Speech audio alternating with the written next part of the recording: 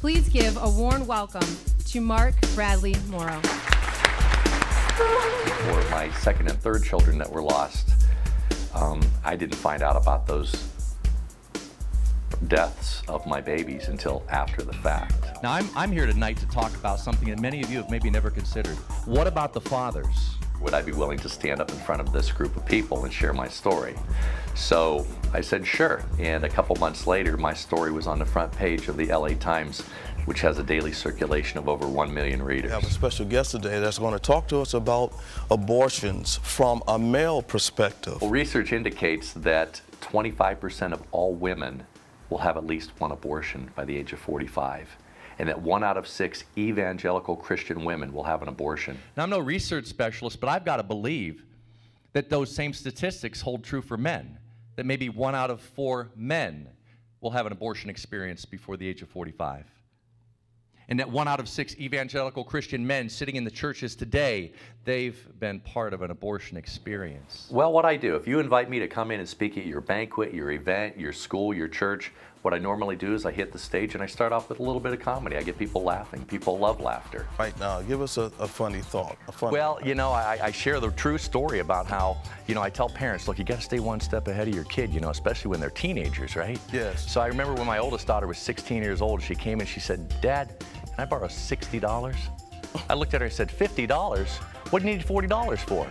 Look, the last time I lent you $30, you only pay me back 20. Here's 10. Hey, bring back 5. Then I change gears and I talk about abortion and how it affects women, and then how it affects men, the men that I see in my office. And afterwards, a gentleman came up to me, and he appeared to be in his late 50s. And he shook my hand and he said, Mark, thank you so much. Thank you so much for what you said. He said, Mark, I want to tell you something. When I was a young man, I lived the lifestyle of a motorcycle outlaw. You know, the Hells Angels stuff. And he said, I had 6 children that were aborted. Then he got real still and a tear trickled down his cheek and he said, by the way, I never was able to have my own children.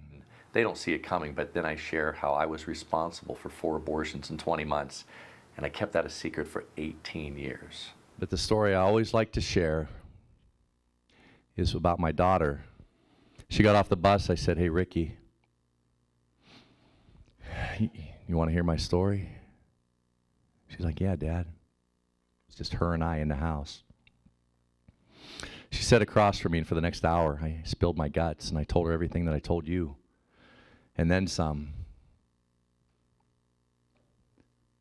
And at the end,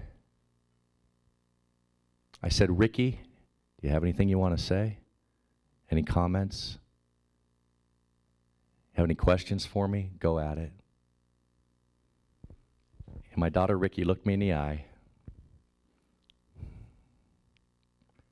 And she said, Dad,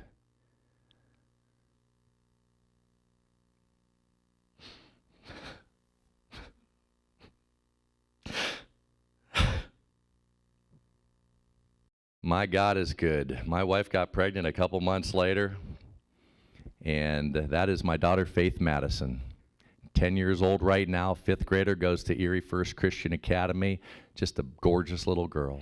I finally threw up my hands. I'm like, I can't wrestle with you anymore, God. And I said, I'm not going to try to have kids, but I'm not going to try not to have kids. And boom, my wife got pregnant. And I got Ross right now, Ross Bradley Morrow. Ross is named after my dad and my grandfather, and he got my middle name. Well, I met my wife in graduate school where we both earned our master's degrees in counseling.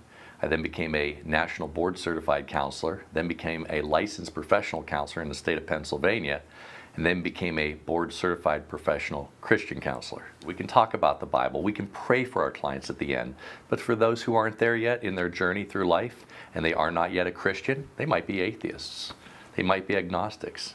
So I meet them where they're at. Probably my greatest claim to fame, though, doing stand-up comedy, it was many years ago, right before he passed away. I was in Vegas. I got to open up for Old Blue Eyes. Yeah, Frank, the one and only Frank Sinansky. He was just an incredible Sinatra impersonator. Boy, he was good.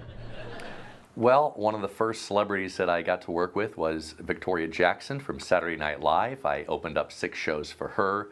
We became friends. She's been over to my house a couple of times. I opened up for Gary Puckett from the Union Gap in front of about 1,300 people in Ohio. And one of my favorite times was I opened up for Davy Jones of the Monkees, a couple of dinner concerts on a Friday and Saturday night in front of a few hundred people, and that was a lot of fun. As far as your checkbooks go, I keep it real simple. I don't give a hard sell. We're just going to let God give each of you a hard sell.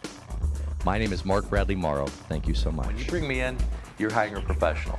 I'm a professional communicator. I'm a professional comedian. I'm a professional counselor. And God has woven all those aspects of my life into one extremely incredible presentation that people will walk away from those events shaking their heads saying, wow. But also, more importantly, that what I have to say, and at the end of my speech, I oftentimes do the appeal for the funds.